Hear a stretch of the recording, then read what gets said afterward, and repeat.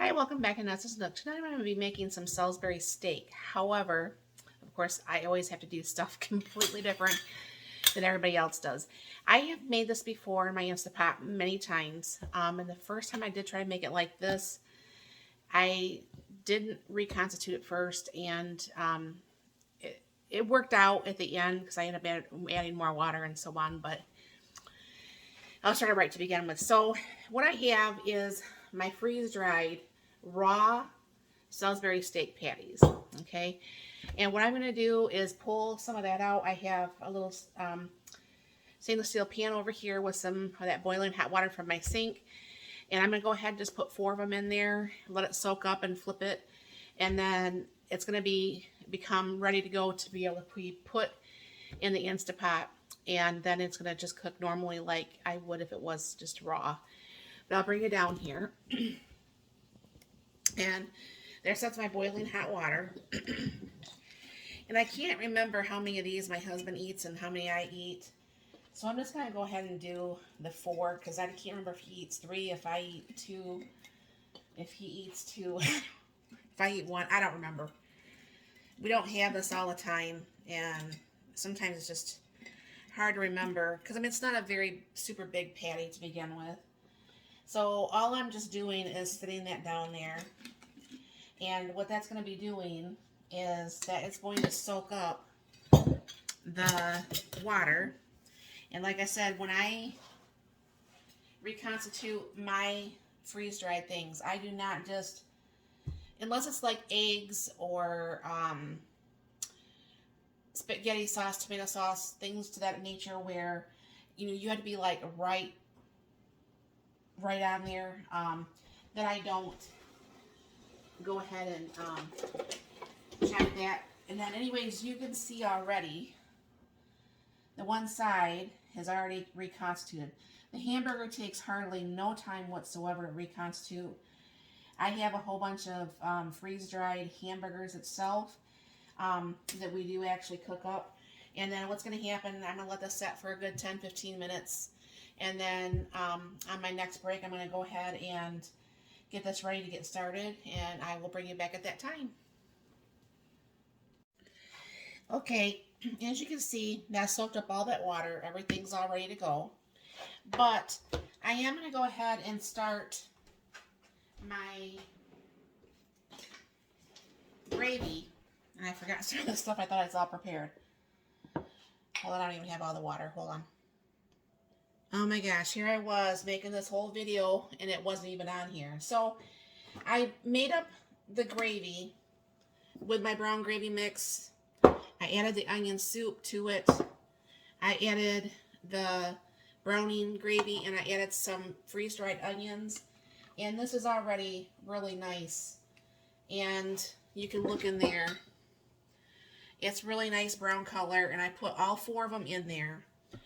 And I did hit cancel on my Instapot, and because it's raw, it's not going to take that long to actually cook, but that, like I said in the video, that was actually raw Salisbury steak. So I'm going to go ahead and just hit this for like the 3 minutes. This is going to come up to pressure, and then what's going to happen is then it'll just go ahead and it'll be cooked by the time I bring it out. I'll just do some, probably some instant mashed potatoes, and then some, a vegetable of some sort, and dinner will be ready, and I'll be back. All right, now I'm going to try to use these pearls again today, those instant potato pearls. I think the other day when I did it, I didn't even grab the milk out. I added the milk, and I think it cooled the pearls down because obviously I don't read the instructions. I threw away the bags. But I think what you need to do is have them all kind of like melt. See how it's just like melting better this way before I start throwing in. Now see, that came together very nicely. Before I throw in like the sour cream or milk or anything. But I mean, that's probably going to be enough for the two of us, and there's just a little bit of sour cream left. I'm just going to forego the milk, and I'll just put the sour cream in there, and not have to go back in the refrigerator. Just use up the rest that's in there. Some of my videos I'm so well prepared, and some videos I'm just, I don't know, I'm just not with it, I guess. And of course that makes it a really nice creamy mashed potato. So I think on these pearls, I'll have to find another bag of them somewhere and find what the instructions are, and to go with what it actually says I'm supposed to be doing. Because you know me, I don't follow instructions very well. But one thing I noticed about those pearls compared to the flakes, the pearls seem a lot, it seems like a lot smoother potato. Maybe I'm just imagining things. But I mean, it just seems like, I'm not saying like more of like a real potato, but like, I don't know, more of like a real potato. So these are still really super hot. Now this just actually, the Instant Pot just came up to pressure. So this will start the 3 minutes. And then what I'm going to just do is I'm just going to grab a small can of corn, and we'll open that up, put that on the stove, and get that going for a vegetable. And of course the gravy will be what's over top of the Salisbury steak, and I'll be right back. And those who have been with me for a while know that I can. And these are just actually frozen corn, you know, from the store. And you just open it up, and I'll go ahead and drain the liquid from there. I'll put a little bit of salt and pepper, a dollop of butter on here, and that will be the corn for tonight. And believe it or not, that is actually done already. So I'm going to go ahead, and because it's not underneath the cabinets, I'm going to go ahead and do a manual release. And go ahead and shut that off.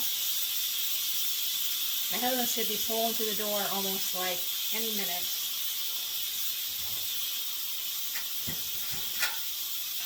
It's 7:30 at night and he's not home yet. That gets to him after a while, which, you know, I totally 100% understand.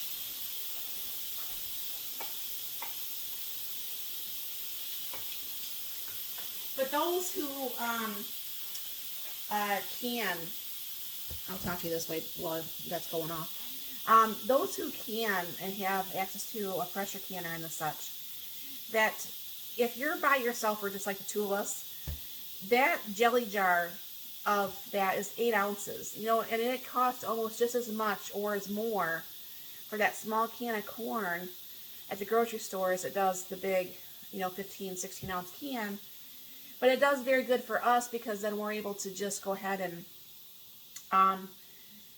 just use up just that little bit without having the waste. Now green beans, we easily go through the can of green beans per meal because obviously green beans are bigger and the such.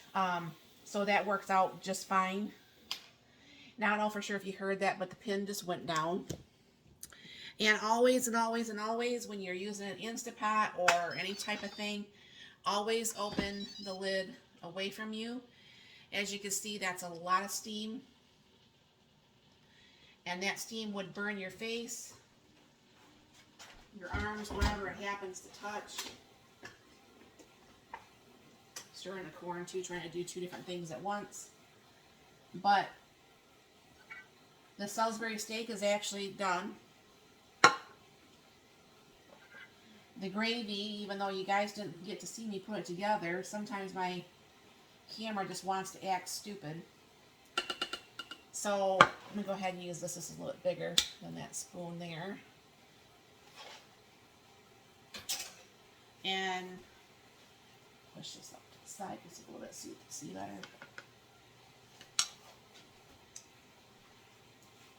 You know, it doesn't matter how many times a day I wipe off my counters, I swear.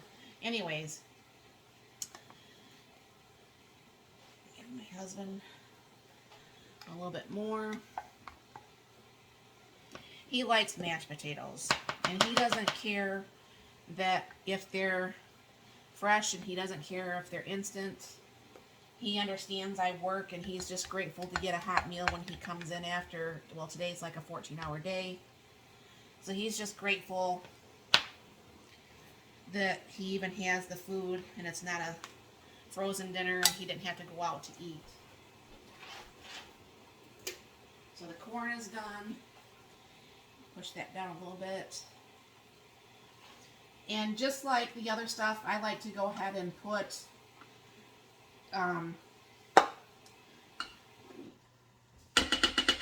push this off to the side a little bit more, where it's more, the gravy's on one thing, not everything. Then I just go ahead and pour the gravy back over the meat, pour some on top of the potatoes. Get my Instapot all dirty. If you guys ever have an Instapot, and I don't know for sure if you know this, I'll move this plate here in just a minute. If you guys ever get food in here, like I just dropped some gravy in there, I have like this thing from Pampered Chef, and what you can do is just take and fold your washcloth and kind of like just go in there like that, and that cleans that right up. Makes it pretty nice. And then there's our corn with our salt, pepper, and butter. And like I said, I'm not a super good fancy plater for my meals, but you know what? It looks worse in your belly, I guess. But this is a meal that comes together, as you can see, very, very quickly.